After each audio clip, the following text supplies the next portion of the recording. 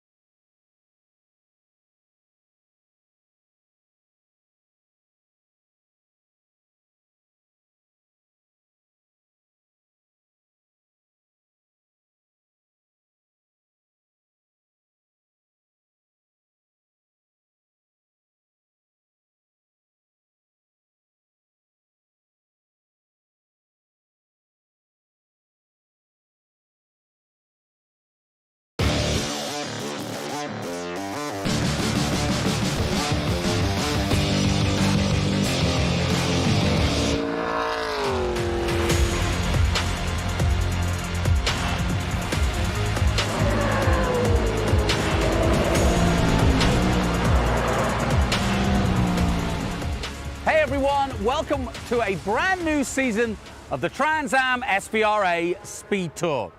Now, once again, we start our season at Sebring, and in many ways, we're going back to our roots, as this is where the series began some 55 years ago, back in 1966. Now, much has changed over that time, but a lot has stayed the same. And once again, this weekend, Ford, Chevrolet, and Dodge will go wheel to wheel in America's longest-running road racing series.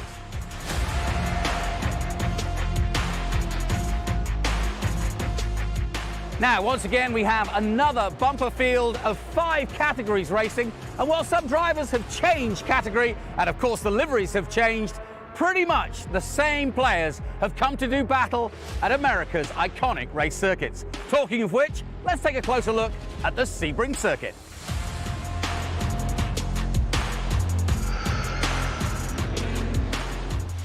To start the 2021 season, the Speed Tour heads to Florida, to the famous Sebring circuit, which is steeped in history, which goes back to 1950. This former US Air Force base is known for its big bumps and big straights. On the infield, through 2, 3, and 4, under the bridge at 6, then into the hairpin up the Fangio straight, another complex at 10, 11, and 12, opening up again in the kink from Bishop through, and then the Ullman straight, followed by the final corner, Sunset Bend, to take you back to the start-finish. 3.74 miles of great racing and great history.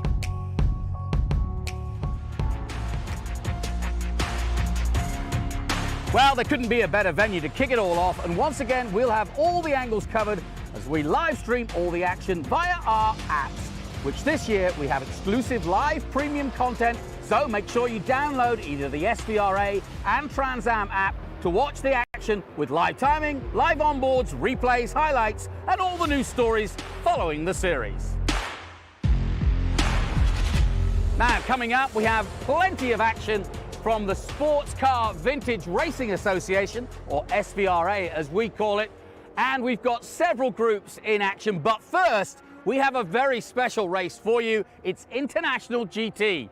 So, without further ado, I'm going to hot-foot it to the commentary booth and hand you over to my co-commentator and sports car expert, Ben Sissel, down on the grid.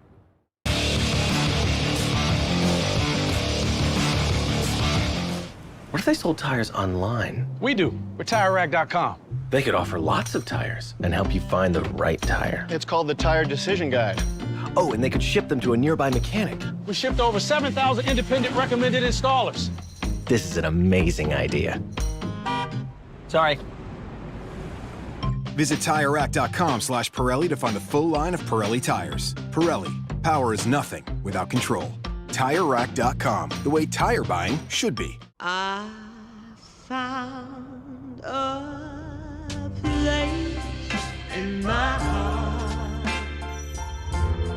I found a light in the dark. I found my heaven. The Range Rover Evoque.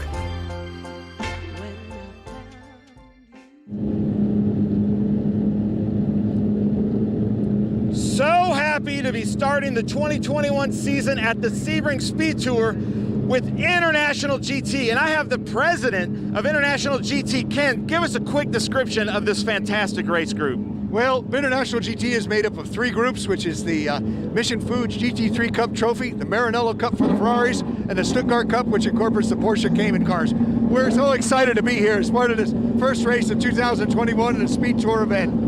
Nice. We've got 1 minute on the grid. We're going to walk through. Come up here with us, Ken. Ken's going to join us in the announcer's booth for this group because he knows everybody. We've got Andy Pilgrim, Tom Prank, Benoit Bergeron, Juan Gonzalez of Mission Foods right there giving us the thumbs up. Unbelievable race car driver Juan Gonzalez with Mission Foods. We're so happy to have him as a marketing partner. I got to get us out of the way because we just got 1 minute on the grid, and these Porsches, these Ferraris are firing up. I think we even might have an Audi out there. We're going to have a great time. 31 cars starting. Mark Sandrich in this beautiful Brumos. Here they come, Tony. Get a shot of this right here. Joe Vardy, legend right here. Joe Party Marty is with Mark Sandrich with the nice Brumos Porsche. I love being down here on the grid, getting some great shots with my buddy Tony, the camera guy. So excited to be starting the 2021 season with the Sebring Speed Tour. Some fantastic cars here. Now remember, this is for the SVRA and Trans Am app. So Johnny, tell them all about how they can get that app. Right now, I'm sending it to you, Jonathan. Happy birthday, Jonathan.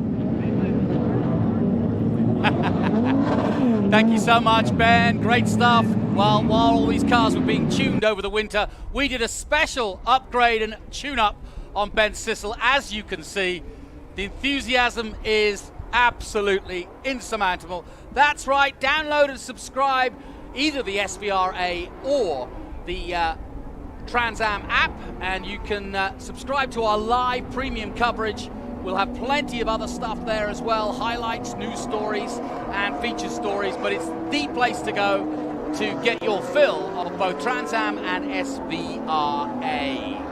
Well, as you can see, a massive field, and in a moment the boys will be back to join me. But what I love about this, you just heard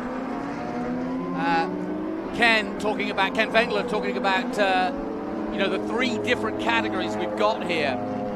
Effectively the Stuttgart Cup, the Mission Foods GT3 Cup trophy, and then the Maranello Cup. And obviously you've got GT3, you've got the Stuttgart Cup, which stands for the Porsche entries, and of course the Maranello Cup, which stands for the Ferrari entries. One car going a little slow there. That's the number 24. But he's got going, I'm glad to say. Looking down my list as to who that man at the back is. It's Rob Blake.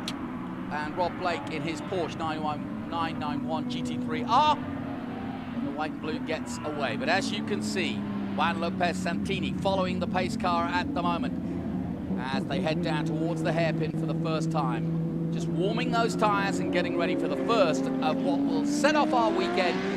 And as Ben says, it couldn't be a better place to come. This is where it all began in the history of Trans Am, and it began as a Trans-American Sedan Championship. And the series first held its first race March 25th, 1966. So SVRA and of course Trans Am celebrate with both production cars and tube frame silhouette cars in forms of the TA and TA2. Heading up the Fangio straight then on the warm-up lap. Absolutely perfect conditions. I don't know where you're tuning in around the world, but if you're tuning in from some of the colder parts of the United States, I know how you feel. I've just come from Texas, and this is the place to be in terms of heat, because it's absolutely gorgeous. 75, clear blue skies, not a cloud in the sky. Had a bit of rain yesterday, but it's absolutely perfect.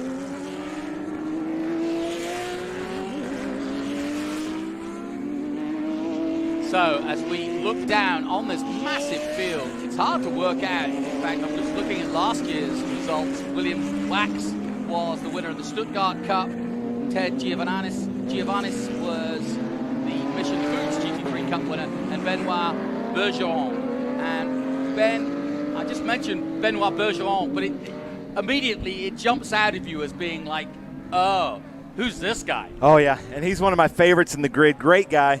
I believe he's from Montreal. His first language is French, but he speaks very good English. He always brings me a Canadian flag to fly, and he is our Maranello Cup champion for 2019-2020, and he's starting 2021. But before we get going, Jonathan, I'm out of breath from running.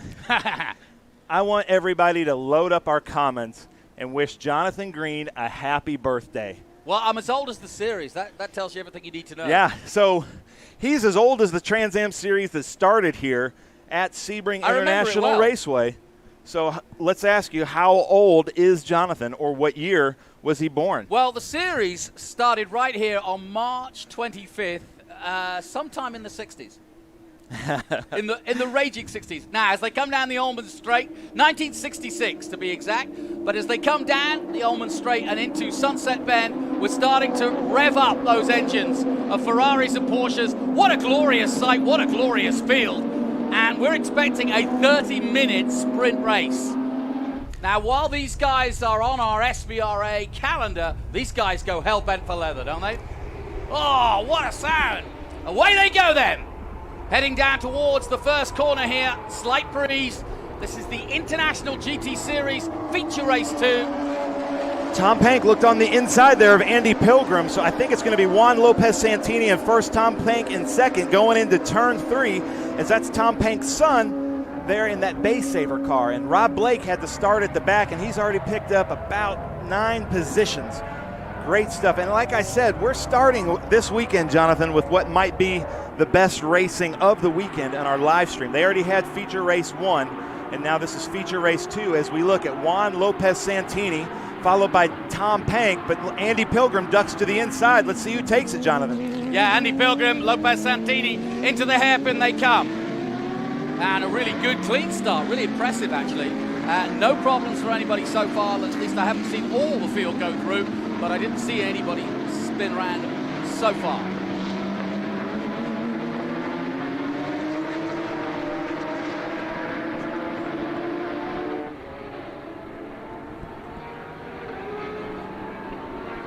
So here we go.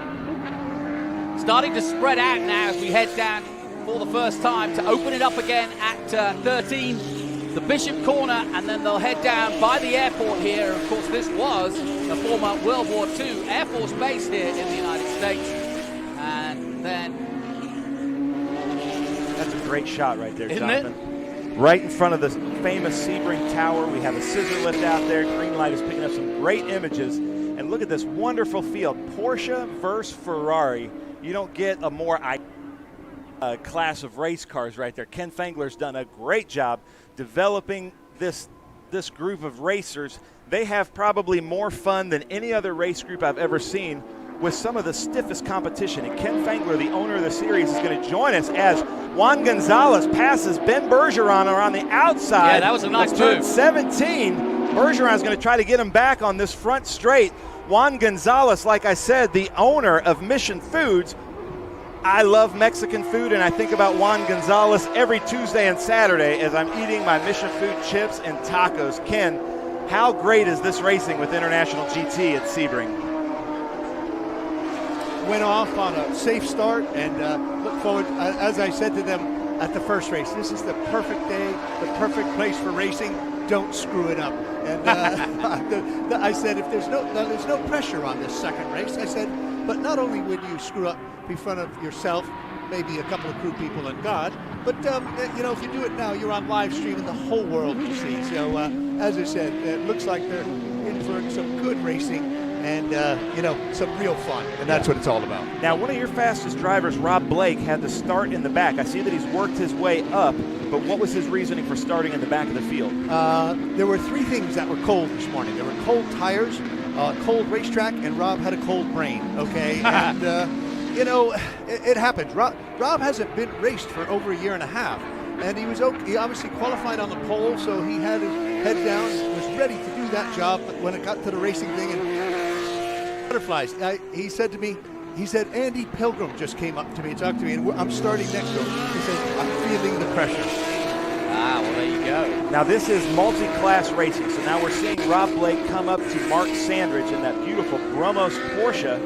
With that's actually a tribute to his running mate Joe Vardy with Brumos back in the day. Yeah, exactly. And that car has all sorts of history. And I'm not sure the whole story, but the car was used actually in the movie of shooting Art of Racing in the Rain, my favorite book of all time. Yeah, it's a great book. Which is, so it has, like the drivers and the cars have history also. Yeah. Somebody just went wide slightly there on the entry into the Ullman Straight as we see that Brumos car coming down. But at the moment, as they cross the line again, it's Juan Lopez Santini from Andy Pilgrim, Tom Pank in 3rd place, Juan Gonzalez in 4th, Benoit Bergeron in 5th place, Andor Kovacs in 6th place, then Mark Sandridge. And as they cross the line, a few changes. Dave Tuati is in 9th position. Kovacs goes down to 10. Look at that Dave Tuati car right there. We're focused in on that right there. That thing is day-glow orange with all kinds of different colors. Dave's certainly a seasoned driver.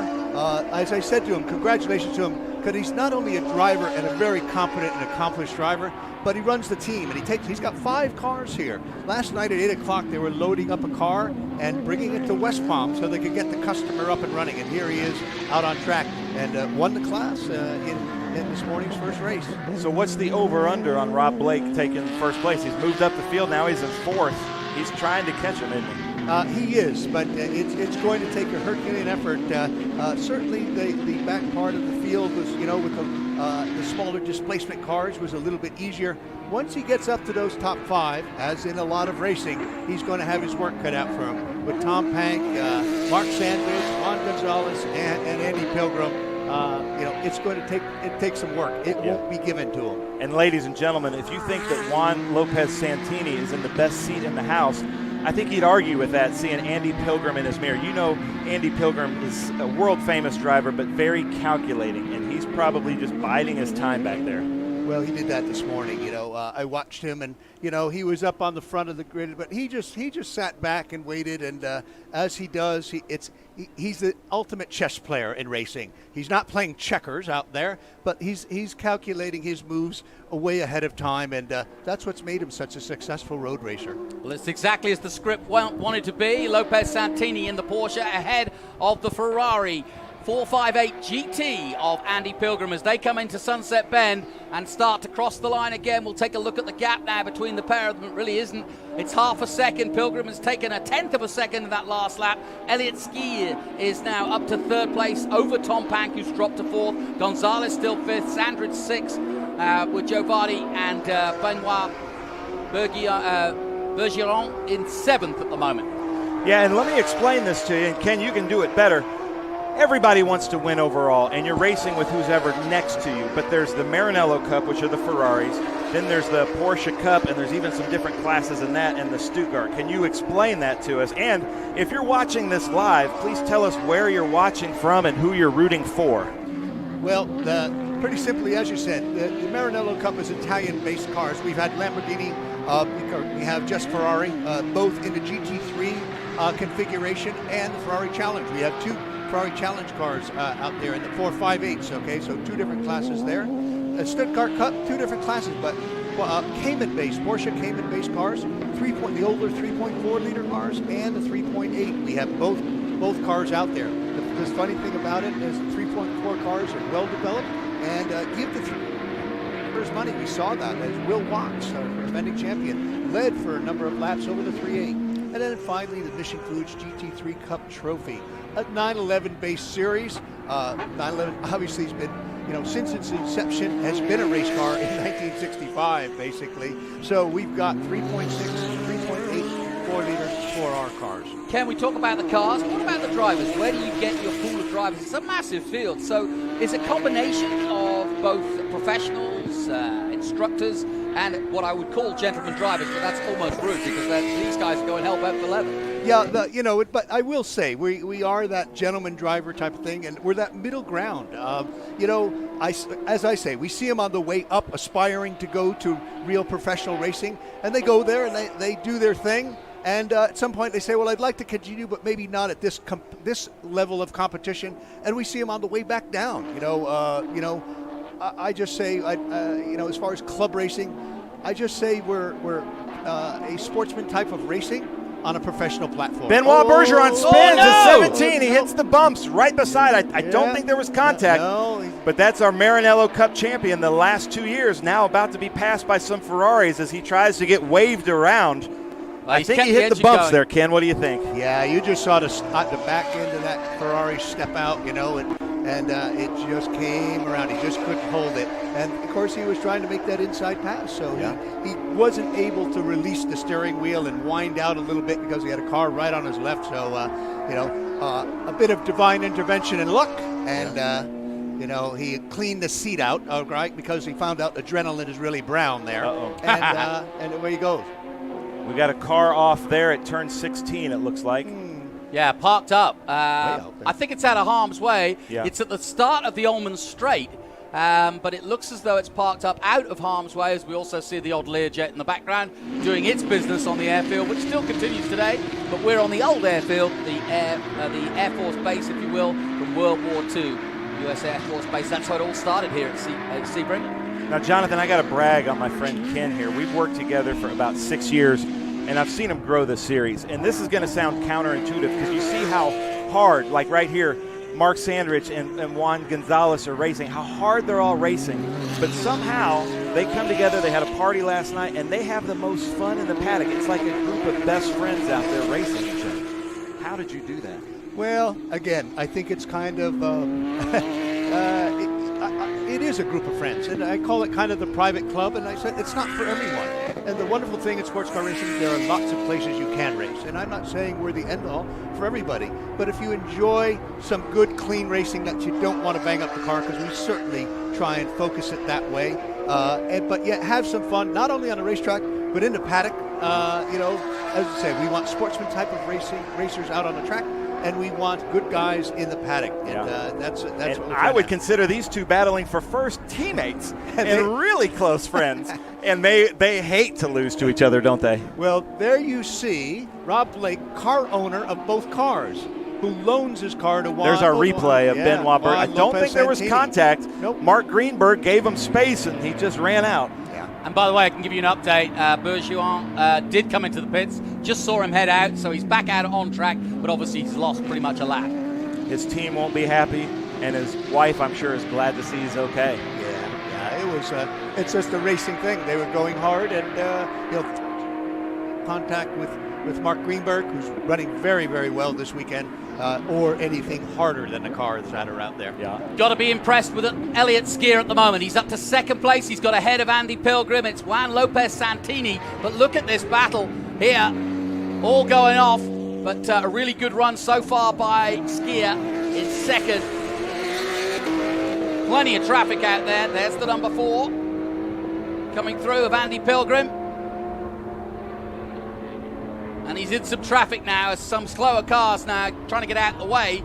But at the moment, it's Lopez Santini, Skier, Pilgrim, Pank, Gonzalez. I think that's Rob Blake. Is it Skier? I mean, it might have been. Oh, is it him in the car? It might be Skier in It the might car. be Skier in the Yeah, car, I think Ken's saying. He's going very, very well. Yeah. Not that Rob's a slouch, but Elliott certainly is that one notch up.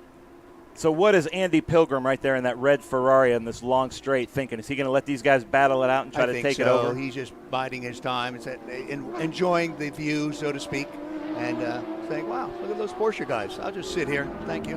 And that was Nicholas Pank there in the number 41. Thomas Pank's son. His other son, Lucas, races with us quite a bit. We never know which son's going to come, but they're both really fast and great drivers. Yeah, Nicky is new to the sport, so to speak, and so the younger of the two brothers, and bringing him on, and so he's getting his opportunity. I think he tied up his brother in the closet, so he got to use the car this weekend. He's launched back at college, so he doesn't.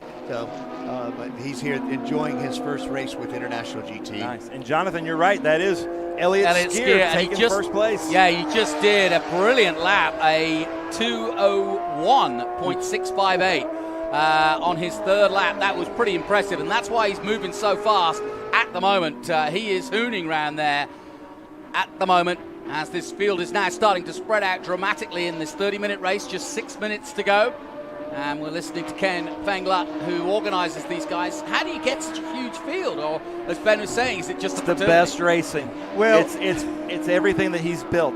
I'd say, we're going in year 8, and we were an overnight success. The problem was it wasn't last night. All right, the first 3 to 4 years, it was tough. It was people wait and see. Are you going to be around? What are you really trying to do? And our founder, myself, Bill Riddell and myself just had this vision that we felt it really should work. And here we are with 30 plus cars on the grid after years of having 7 cars and 8 cars. We just stuck with it. I said to Juan Gonzalez, our longtime sponsor and marketing partner for Mission Foods, I said, Juan, the good old days weren't the good old days. It's the new good days. That's what we got going. That's true, and I got to give a big thanks to Bill Riddell, Mark Sandrich, Colin Cohen, the guys that have been there with you since the beginning and are still there, trudging along. Bill Riddell had an unfortunate incident today and can't be in this race, but we've got some great guys. Ted Giovannis was here, and then you know who I've been impressed with that I hope races with you more is that David Tuati. He had a great showing at Daytona with his group, so did Greenberg. Are you hearing that they're going to do the season more with you? Yeah, the SpeedTour group out of Connecticut has a number of cars. They brought a few here last year, and we saw them a few races, and David's one of those guys. And he very quietly has done a good job. A number of their drivers are very, very, very well-prepared cars, very well-trained drivers, and those are the kind of guys we'd love to see and that could run for a championship. You never know where the chips will fall at the end of a season. As I say, some consistency, some participation, some decent driving, and some good luck, and you never know. Mark Sandridge looking on the inside right there of Mark Greenberg, right behind Juan Gonzalez in that Mission Foods car that's new to him. He raced that in 2020, but this is the Mission Foods livery of 2021, that beautiful red with the checkers. We're used to seeing them in blue and white checkers. So Skier extending that lead at the moment. He's taken it to 2.7 seconds now with just under 4 minutes to go. Lopez Santini holding on to second place. Andy Pilgrim still third. Tom Pack, Gonzalez, Greenberg still involved in that battle. The Brumos car doing a really good job with Mark Sandridge, who you just mentioned there, in seventh at the moment as they go through Sunset Bend again. The most, it's a fabled corner here at Sebring, and we've already seen it come to naught with one driver spinning around but no contact, thankfully. Yeah, as you mentioned, our founder, Bill Riddell, my partner, had a mechanical. Unfortunately, in that first race, things just went wrong. He was putting it on the trailer, a bit disappointed. As though, let me tell you what goes on in the paddock. One of his fellow drivers and participants had a spare car and says, "Bill, do you want to drive one of my car here? You don't need to go home." Offered him his car to drive the rest of the weekend, and Bill said, "Thank you very much." But that's the spirit of camaraderie that's in this paddock. That, as we see, Juan Lopez Santini wouldn't have came in second place in the championship if Rob Blake didn't give him his car to drive. Yeah, we just saw that turtle. The Gator car, but it looks like a turtle shell to me. William Watts was our Stuttgart champion the last 2 years. And then there he is, Andy Pilgrim right there in the number 4 red Ferrari. Beautiful car. And how in the world did you get like two of the most iconic classes to race against each other on the track together? It happened very organically, but I couldn't have planned it. I like to say I planned it that way. But we started with the Porsche deal, and I've done work with Ferrari, over the years. The only two manufacturers I've really worked with in racing is both Porsche and Ferrari. And so I was running a Ferrari group for about 5 years, and I left them. And the customers from there liked what we were doing with the Porsche group. And they came to me and said, "Ken, we'd like you to, is it possible that we could have a Ferrari group with Porsches?" And within 6 months, it came together. We came up with the Maranello Cup. I ran it by Bill. He says, "It sounds like a good deal to me." And that's why, also I mentioned our brand ambassador, Derek Bell, the perfect marriage and match. A guy who was Formula One factory driver in 1968 and later really became of his big fame with Porsche in the factory. So our brand ambassadors, Porsche and Ferrari factory driver. Love it. And ladies and gentlemen, if you like what you're seeing on our social media, you need to download the Trans Am or the SVRA app to continue this. We're going to give you the end of this race, and then we're going to go to about halfway through, and then we're going to switch over. So you need to go to the wherever you get your apps, the Google Play or the Apple Store, to download the SVRA or the Trans Am app. We're going to be racing all day tomorrow, all day today. And Jonathan, I'm going to give it over to you. We got a minute and a half left of this race, and it's really heating up. It's heating up nicely as Skier continues to lead. He's now taken a massive lead. And Juan Lopez Santini, I don't think is going to react, as he's now, though, getting into traffic. 24, here he is. Last to first. Unbelievable. Yeah, last to first, unbelievable. He has done a brilliant job and didn't expect that to happen at all. But, that just shows you the skill as we look high and above the famous Sebring circuit. And as we go back in history, because we are going back to our roots this week, just remember the first man to win here was Jochen Rindt, of all people, the man that went on to Formula One. And I think he would be enjoying a race like this. Yeah, I got to say, Rob Blake, if you're watching this, I'm going to need that in-car video for our International GT social media channels, because that's going to be really fun to watch.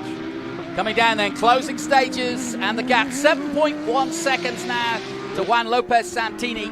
Pilgrim in third. Tom Pank, we've got a park up. That's the 77 of Mark Mattis and Aaron Quine, but he's got it going again. And luckily it's just a spin around. No major incidents. We had that one spin at Sunset and now another one here. We had a car parked up. but really no big problems.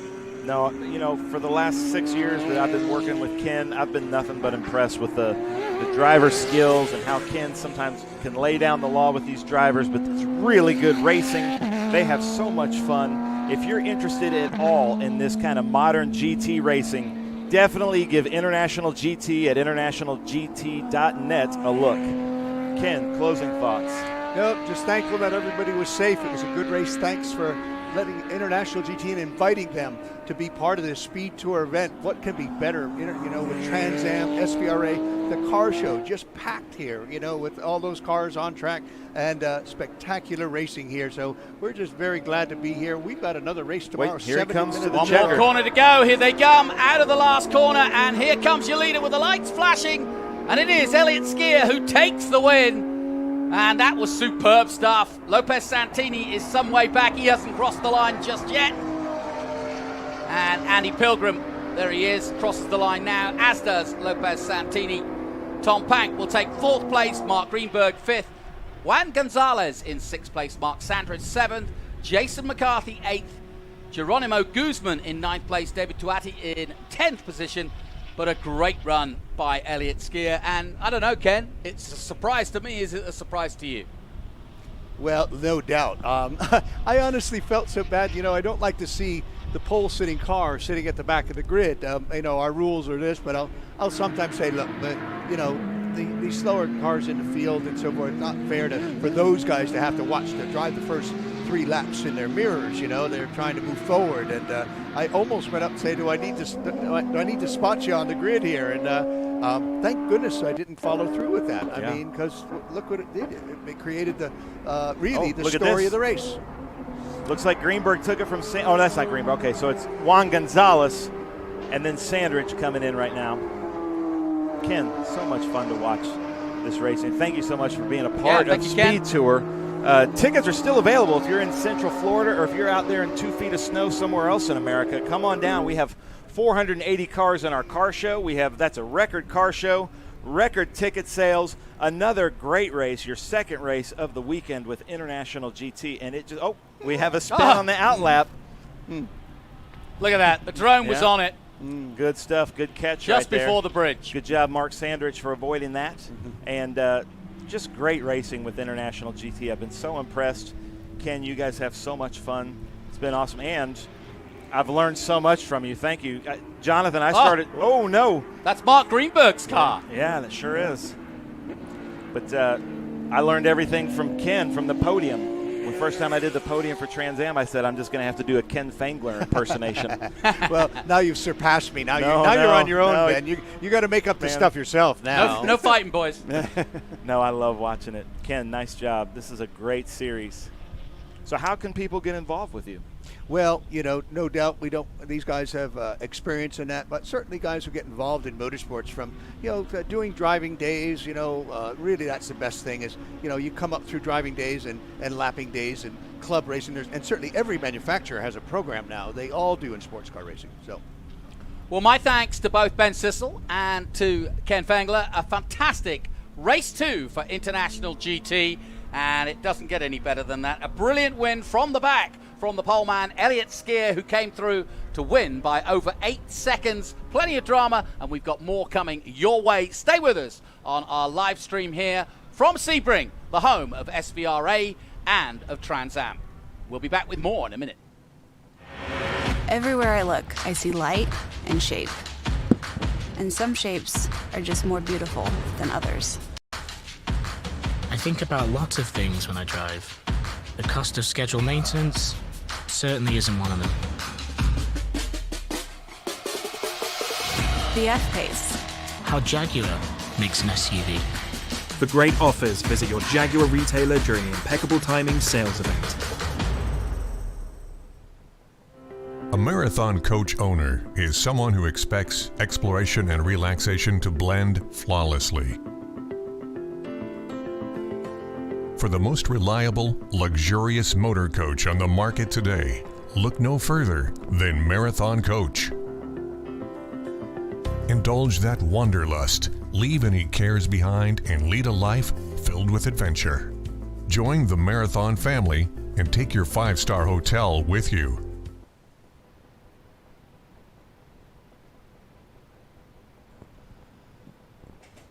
Welcome back, and as you can see, we have all the angles covered. We're on board, we're above, and we are ready for our next bit of action. And I will turn to my learned friend here, who I know is getting excited for what should be our first group race. Group 5A, 7, 11, and 11. What have we got here? Actually, this is Group 6 and 12A. This is our American muscle cars and our kind of newer, not just American muscle cars. There's some Porsches and Jaguars, but these are the big bore production cars, basically. Group 6 from 1972 or older, then Group 12 is 1972 or newer. And so right there we're looking at Scott Hawley's beautiful Jaguar E-Type. I don't know if there is a prettier car out on the racetrack, but maybe right next to him, Gary Moore in that Cougar. And I got to say this, Gary pulled me aside and told me this weekend, that is the only championship-winning Mercury Cougar that he could find from that those years. He won last year our Group 6 championship, and that's a vinyl top Cougar right there. Beautiful Grand Sport Corvette right there. Sorry, I just got lost. I got lost in the beauty of this grid. Jim Heck in that beautiful Corvette. He has really spent a long time, and I wish we could get up close to that thing because the body work that he has done is phenomenal. That should be John Cloud right there in that Boss 302. But ladies and gentlemen, we need to promote the SVRA app. If you're liking what you're seeing, please leave us a comment. Tell us where you're watching from. Tell us what you would like to see more of. But we're at the beautiful Sebring International Raceway. We're going to give you about... I'm going to switch over to the SVRA app. So make sure you go get at the Apple Store or Google Play the SVRA app to finish the rest of the weekend racing with us. Because, Jonathan, it's going to be some phenomenal races with some great fields out here.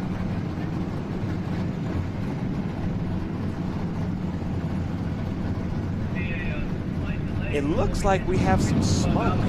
There must be a fire off in the distance because last year or 2 years ago we were here, there were some fires off in the distance that created this haze. And that doesn't look like fog. That looks a little bit more like smoke as we get great visuals. I got to give it up for my buddy Tony Strollo. She has done such a fantastic job with car shows.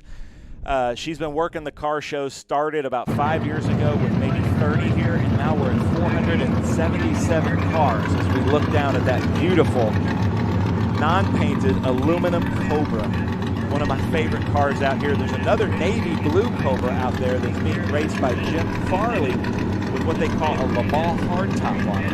And I asked him about the hardtop yesterday, and he was saying he just likes the look. He doesn't really quite like the look of having a cage, but he loves the look of that kind of aerodynamic hardtop. I'm going to get my buddy Tony to get a shot of Jim Farley in the number 16 blue 1966 Ford Cobra in our Group 6 AP. He should be in the second row.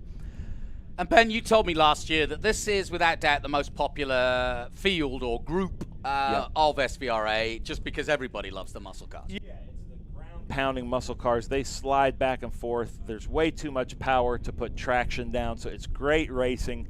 Everybody knows what a Mustang, Corvette, Camaro, Cougar, you know, everybody kind of grew up with that or knew somebody cool one. And there we are. So, like, there's a GT 350 right there. There's so much history. That's awesome. In this paddock as we look down at the grid. So if you're wondering what the grid means, this is where we put the cars in the position that they qualified for their first feature race of those beautiful Hoosier tires. Looking down there, he's waving. You can see that sticker in the windshield, a 63 split window Corvette. How do you know it's a 63? Because it's got the split window on the back. Number 94 Chevrolet Corvette. There's some just really, really cool cars in this. So that's Chris Ronson Sr. Chris Ronson Jr. is also out here.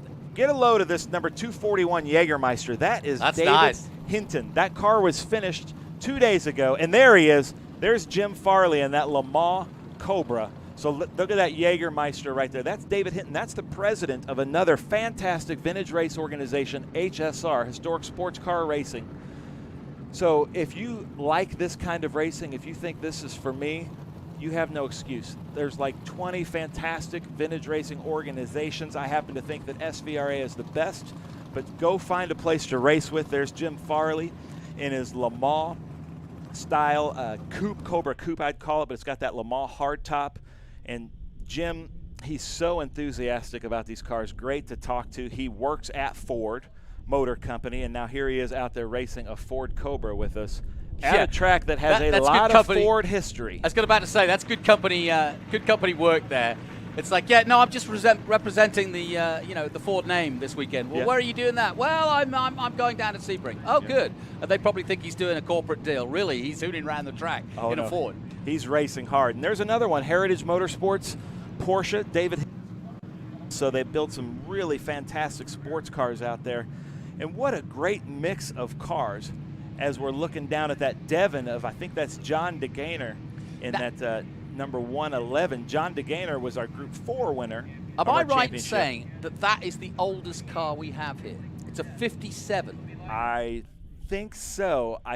There might be a MG that is a little bit older. When I looked at the original start list, I was like, 1957. That's about one of the oldest cars out here. So watch out for the Devlin. So if you're wondering what a Devon is, basically that's a 327 Corvette engine. That's why he's in Group 6. Beautifully prepared car. That's actually his father's car, but he's a really good driver, really fast. But basically Devon makes those bodies, and you could put them on Jaguar chassis, Corvette chassis, MGs, but they're really cool looking cars. You know, and if I told an artist this was one of 15 in the world, or one of 15 ever produced in the world, they'd be like, well, why isn't there a security guard there? Yeah. And it's like, but we're racing it.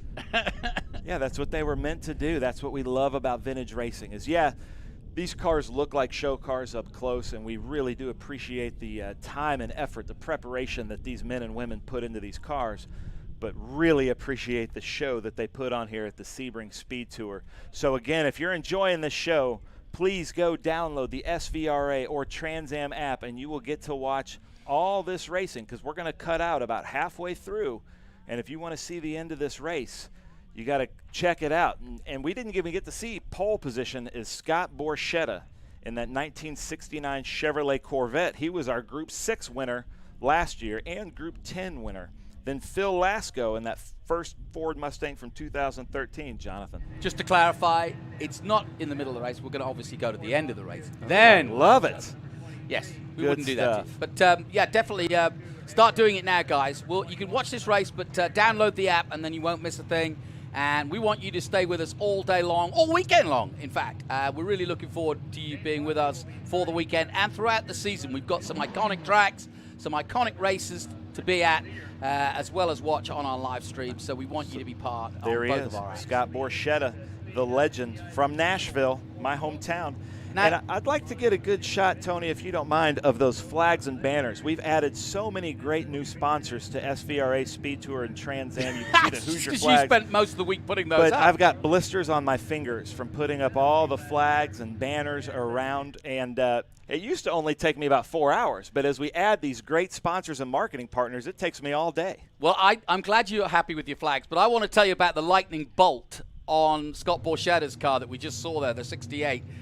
He started as a karter, like all of us do, but he was a big Unser fan, and he loved Johnny Lightning. He loved the old concept of Johnny Lightning, and that lightning bolt on his car is in, deference to him, and obviously he's had that lightning strike logo on all of his cars ever since, and he sent me a picture of him karting as a little kid with the little Al Unser lightning bolt there, so... Yeah, it's funny, talking to the men and women in this field. Scott Borchetta and Jim Farley, I think they could go head-to-head as the most enthusiastic people in the paddock. Scott and Jim just love racing. And I asked Scott at Road Atlanta last year, because we added so many new events to our schedule, if he was upset by how many events. He's like, no, I'd like to race every... Well, he usually does about 2 or 3 races to Scott. And Scott also, incidentally, is one of the big backers and big organizers of the street race in Nashville, Tennessee, coming up later in the year.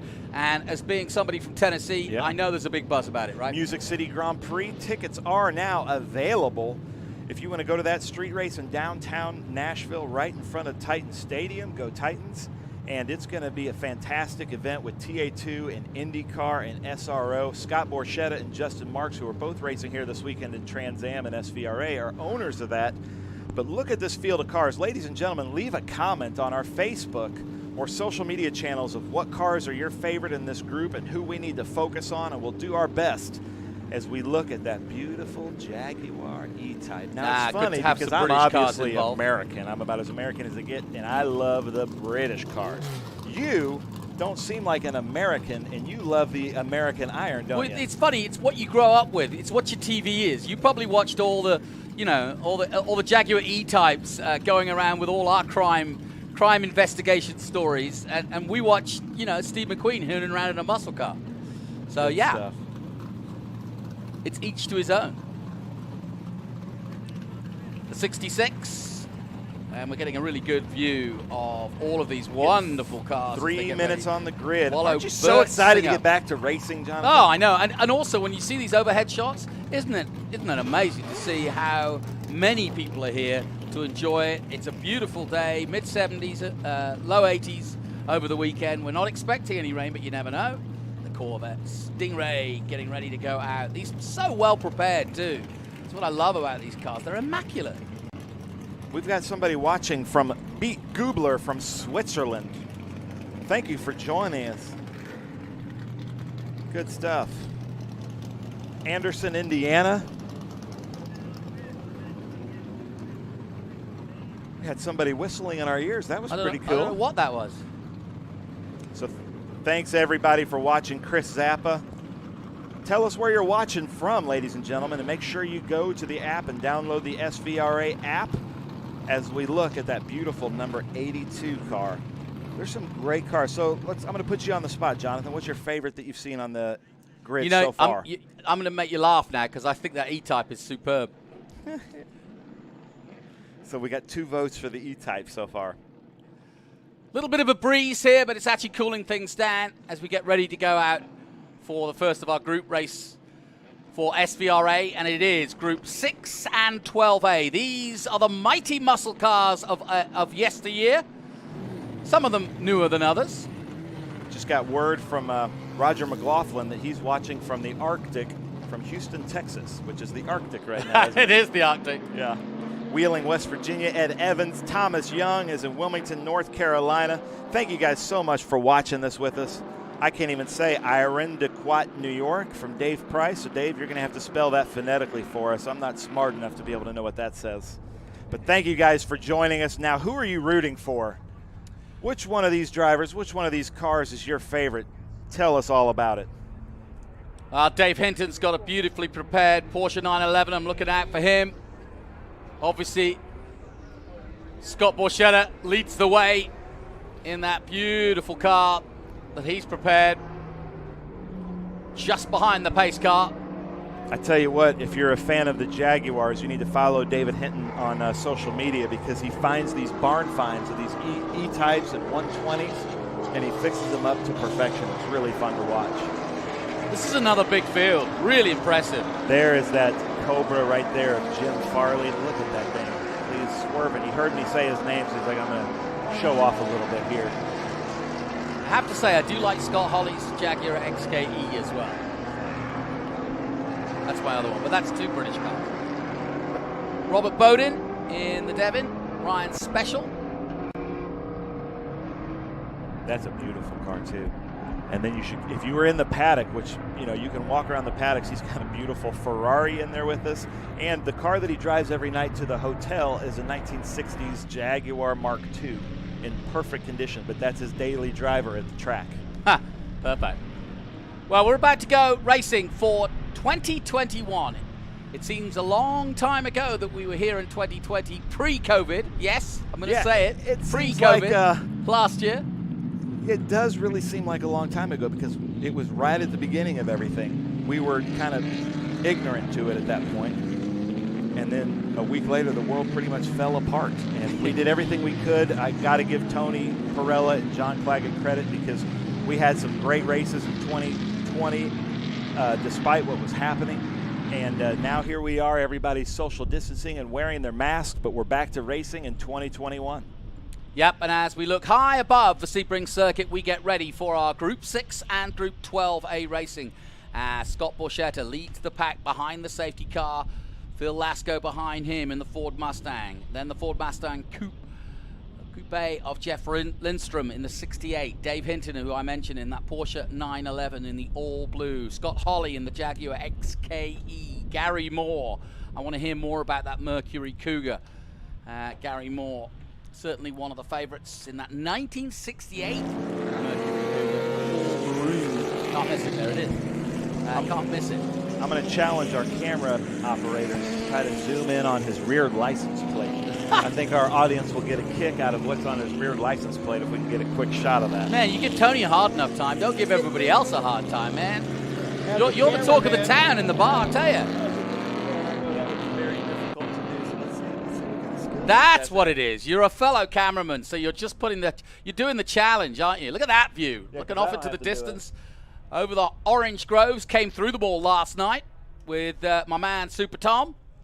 And we saw strawberries, we saw, I think, some cherries, but mainly oranges. And you're going right through the heartland, the farming heartland.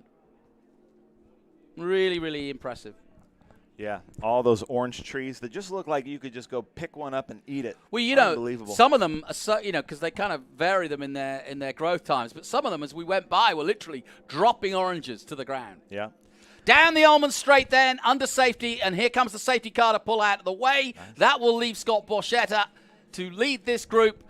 The much more modern Ford Mustang from 2013. Look at that, 69 versus 2013. I'll bet you Scott's got the better of him, though, before the end of the straight. We're about to find out as we go racing for Group 6 and Group 12A as they come into Sunset Bend.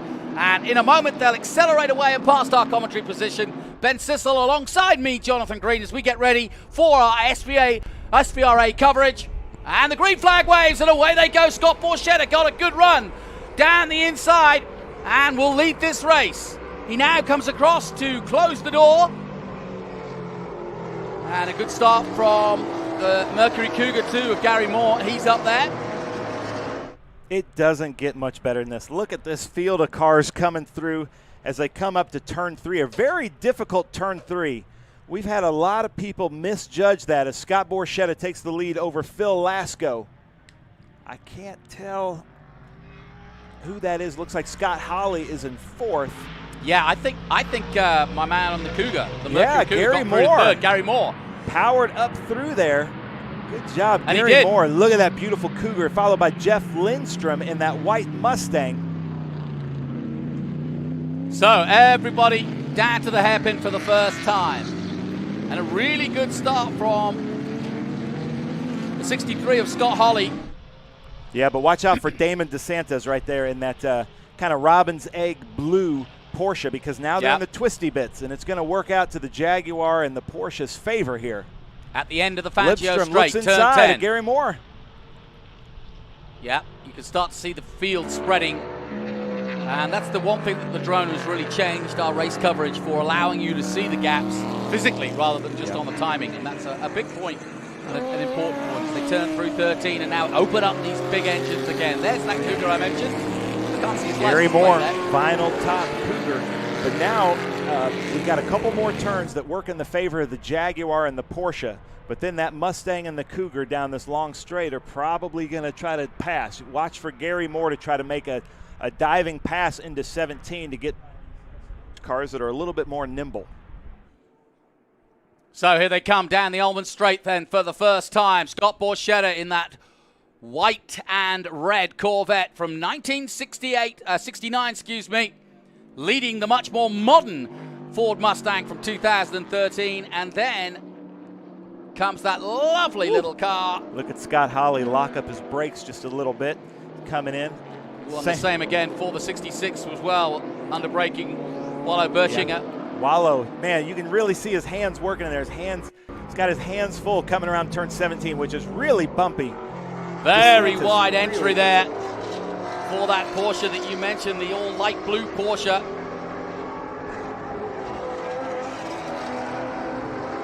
Here comes the 66, as I mentioned, coming through into turn 1 now. Well, it's showing that light blue car is David Hinton, which would make sense. David's a really good driver. I'm not sure who's in his Jägermeister car. I called that wrong earlier, but that is, right now the score is telling us that's David Hinton in that 0-0. As we look at Scott Borchetta here, you can really see the gap that he's pulling just a little bit. He probably has a little bit more horsepower than Lasco, but then Lasco has the brakes with that more modern machinery in that 2013 Ford Mustang. Yeah, and you see the hairpin there. It's not as tight as it may look on the map, but you can see how quickly they slow down. Ooh, a bit of sideways action there in the 66, but he gathers it all together, Wallow. But from this angle, it looks a lot tighter, but when you see it from above, it just opens up a bit at the exit. That's why they just bounce over the dirt there, down towards the Fangio straight again, up to turn 10. And then when we look on the infield again. Well, according to my scoring, David, well, he's driving 2 cars at the same time. That's pretty impressive. It is. Good job. More drone shots right there, the camping. There's that beautiful Jägermeister. 2 cars that have just been finished. James Heck in that 64 Corvette. And then there's that Jägermeister Porsche that really shows up really well. And now these Porsches have the advantage the next 3 corners over that Corvette. And James Heck keep them behind us as we look at John DeGainer and John Cloud coming up through Bishop's Bend. I love these drone shots. You really get a good feel for what all's happening here at the Sebring International Raceway for the Sebring Speed Tour. Do you have a favorite corner of this track, Jonathan? Well, I was just saying, this is the trickiest part, I think, by the airfield, where they come into this long straight, and it's very high speed before they hit the Ullman straight, which of course is just flat out before you hit Sunset Bend, which they're coming into now. But yeah, I would have said the trickiest part of this circuit is alongside the airfield there, the current airfield, and then they go back onto this Ullman straight part of the old airfield, and then down into Sunset. But that to me, certainly, as we look at Damon DeSantis in the Porsche 911, the yellow and black, as they cross the line again. The gap, Scott Borchetta now has built just under a second of a gap to Phil Lasco, so it's still a very good race indeed. Scott Holley now 3rd, Jeff Lindstrom in 4th place, Gary Moore drops to 5th, David Hinton in the 0-0 is in 6th place. Wallow Burshitting, and we saw him in the 66 earlier, getting a little bit squirrely, but James Heck behind him in 8th. Ron Maiden in 9th position, and Damon DeSantis, the man I mentioned a moment ago, is in 10th at the moment, just ahead of John Cloud. Now, is Mrs. Cloud out there? Debbie is racing with us in Group 10 in a modern TA2 car, but John Cloud is going to be racing with us in Group 6 in that Grabber Blue Boss 302 with Cobra Automotive. He's racing in Group 10 against his wife in a TA2 car, and then he's racing TA2. I was about to say, how many of these drivers, I mean, we've got, you know, over, what, 300 or 400 cars out. How many of these drivers do swapsies? I'd say probably 10 to 15% race SVRA and Trans Am, and I'd say probably 10 or 15% race more than one car over the weekend. So then, 10 minutes to go. Scott Borchetta's got a healthy lead. He's got it less than a second, though, so he's not out the woods by any means, but he's doing a really good job. I said from the start of this race he needed to get a good run on the much more modern Mustang that he's up against. Like you said, where the new Mustang from 2013 has the advantages under braking, of course. I got a good story about Jonathan DeGainer right there in that Devon that we just saw. That is his dad's car. John usually races another Group 4 Devon with us, and his dad fell under some bad health last year, so he's racing that in honor of his dad. His dad is fine now, so we really appreciate that. Nice job. But Jonathan's a great racer. Like I said, he's our Group 4 champion from a few years ago. High above the Sebring. I tell you what, getting an RV and heading out into the infield, where that RV is in the middle of your shot right now, that's a perfect spot to be. I've stood there before, and it's nice to banked up there, so you can see them coming through the complex at 3, 4, and then under the bridge at 5, and then down to this hairpin. And of course, the hotel is right by there, the sort of on-site hotel. So a lot of the drivers will try to stay there, but it's got a premium in terms of everybody wants to stay there, so you've got to book early if you want to stay at the actual circuit itself. There's Hugh Booker right there coming around 17. And I'm honored to say that one of my favorite Group 6 drivers, Todd Trefford, is watching us. He drives an unbelievable Porsche 911. Wish he was here, but if you go to our Facebook, you can look at some footage of him. We're going to be loading up here from a few years ago, one of the best races we've had. As we look at Tursilla right there, can Jim Farley from Ford Motor Company pass a Ford Mustang? Is he allowed to do that, ladies and gentlemen? He's got two Mustangs in front of him. I'm not sure that the company will allow him to do it, but of course they will, because he's a racer. And Ford is all about motorsports and racing. Happy to have them here. This is our Group 6 and Group 12. Again, we've got about 9 minutes left in this race. Please go and download the SVRA app or the Trans Am app to get some great racing all weekend long at the Sebring Speed Tour. Record ticket sales, almost doubling our car show attendance. Thank you, everybody involved. Yeah, our car show, 407. There it is, Jim Farley. Look at that car. I beautiful. love Look the at lines the wheel, of that. too. You can see him really getting the wheel. He says, Dan Gurney for president. Smoking a little bit. I don't know if that looks like it might be some fuel cell venting. I'm not sure if that was smoke or not. But here we go. These two race together. The white Mustang and the red Mustang are part of Griffin Motorsports. Billy Griffin was our GT champion last year in Trans Am. He's brought these two along that are running in SVRA. And I don't think there's any team orders with Griffin Motorsports, so let's see if they can get around each other. Great looking car. Okay, I changed my pick. I want that. That's the car I want. James Dolan. Yeah, James you won't see me nick it. And that GT350. GT350, beautiful car. I think that's actually his son's car. Now, come on, this was built in '66. Yeah. Now, surely shouldn't I have dibs on that? You should. You know, you should go tell him, and maybe he'll wrap it up in a bow and say, happy birthday, Jonathan. There you go. Maybe if you convince the camera guys to just stay on him all race. So we're watching our action from the first of our SVRA group races here for the first round from Sebring. Ben Sissel and Jonathan Green bringing you the action from SVRA. And, of course, coming up later we have qualifying for Trans Am. And we've got two great races. Quite a few changes this year. And great to see champions like Ken Thwaites taking on the TA class this year. Heard from him earlier, and he's learning. He's like a sponge at the moment. But the man who won the first ever XGT Championship will be taking part in TA. And there's several more stories we'll bring you up to date with all that action later in the day. But it's Borchetta, Lasco, Holly, Moore, and Lindstrom. That's your top 5 in the Group 6 and 12A battle. And here's that lovely painted Porsche. The light blue.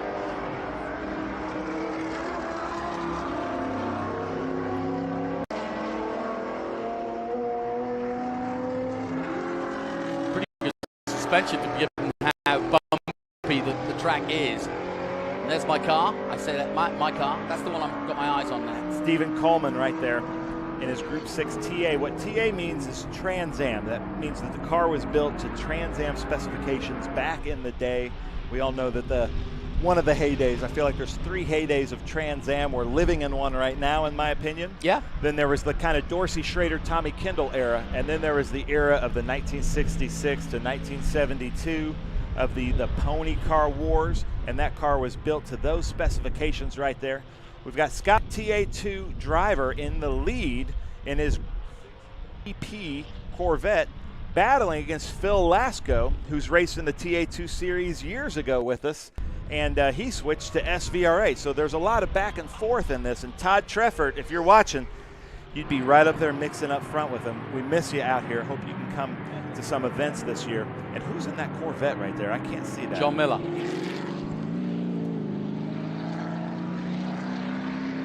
That car really swung out there wide on the hairpin.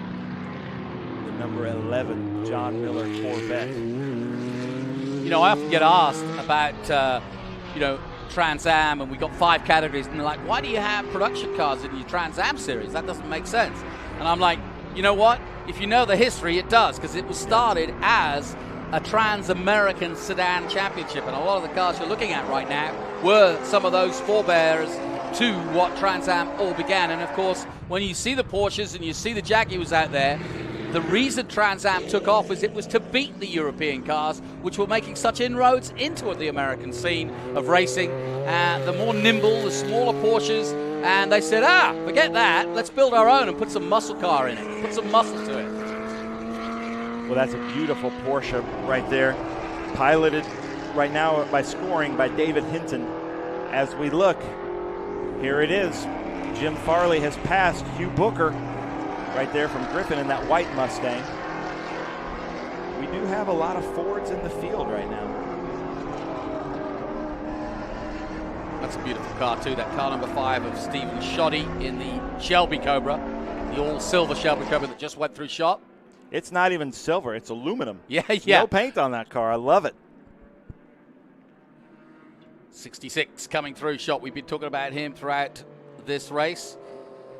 And Wallow Birchinger in the Chevrolet Corvette Grand Sport. That's Fred Beasley right there in his Group 12, 5th in 12 MP. Pretty little Porsche. 22nd overall. Yeah, I love the lines of the Porsches. And I love the fact that since the 356, even to today, the lines are basically the same. I was about to say, that's the one thing that you can tell. People talk about the evolution of cars and how they change. Well, the Porsche 911 effectively has literally been the same basic shape forever. And in terms of performance, it hasn't dropped a notch. Look at that. I love the looks of that car. That looks like a proper British sports car. Robert Bowden right there. He's also driving a Devon with a 327 engine. That's why he's in Group 6. Does look to have skinnier tires than DeGainer. But man, what a beautiful car. As we did get the last lap, RC in race control just gave the last lap. As Bowden gives Scott Borchetta the look around those S's, the twisty bits as they come under the new bridge at Sebring. Well, while we've been taking a look at the whole field, Scott Borchetta has been pushing hard. He's taken a 5.7 second lead over Phil Lasco in the number 98 Corvette. Now watch this, because there's Jeff Lindstrom with Griffin Motorsports. There's 4 of those cars out here with us this weekend, but 1 in Trans Am. I think Gary Moore has used up his tires a little bit, and Lindstrom's trying to get in there. And then there's Jeff Hawley just in front, really trying to make it through with that beautiful Jaguar E-Type. But man, this is some great racing here in this mixed class. Now that Cougar is a Group 6 car. Lindstrom is in the group. There is our Group 6B production current leader, Scott Borchetta in the 98. Last year he was here. He shared driving duties with Bobby Labonte in that car in our Enduro. He's out here racing it. And actually his teammate in his new NASCAR team, he bought a NASCAR team in the Xfinity Series, is racing, I believe today, Jade Buford at Daytona. So let's all root for Jade Buford with the Big Machine Vodka, Scott Borchetta's team in the Xfinity Series in the Daytona Road Course. Yeah, Big Machine, of course, a big sponsor now, both in the Nashville Grand Prix and also in NASCAR at Indianapolis. And several, you'll see the name in several NASCAR entries as well. So they've been a big follower of motorsports. But Scott Borchetta is going to take another Group 6 win. How many championships has he won in Group 6? This will he's won 2 championships, I believe, in Group 6. He just started road racing just 3-4 years ago. I've never seen somebody get so good, so fast. Congratulations, Scott Borchetta, Dylan, and the whole Super 98 Customs team. Scott Borchetta then wins our first race of SVRA for 2021. And he comes across the line ahead of Phil Lasco in the Ford Mustang from 2013, the all-red entry, picking up some dirt and debris at the end there. And Scott Hawley it is in the tiny number. He's going to come around here pretty soon. 63. Let's see how wide he gets. Yeah. We're just waiting for him as he will come around Sunset Bend. Oh, we got a replay here. Yeah, the door was flying open. Actually, that's Scott's air brakes. He was a little bit too hot into there, so he put out his flaps. He put out his flaps. Well, he was ready. He was ready for his interview with you, so he was just getting the door latch ready. He wanted to leap out. So, ladies and gentlemen, Scott Borchetta, a legend in Nashville. He's got so many great music artists on his label, Big Machine Records, Big Machine Vodka. Now he's got a new Big Machine Spiked. But as we've seen, one of the hardest workers in our paddock to get good at road racing. Congratulations, Scott Borchetta. He's also providing all the hand sanitizer we use, and they have their own hand sanitizer process.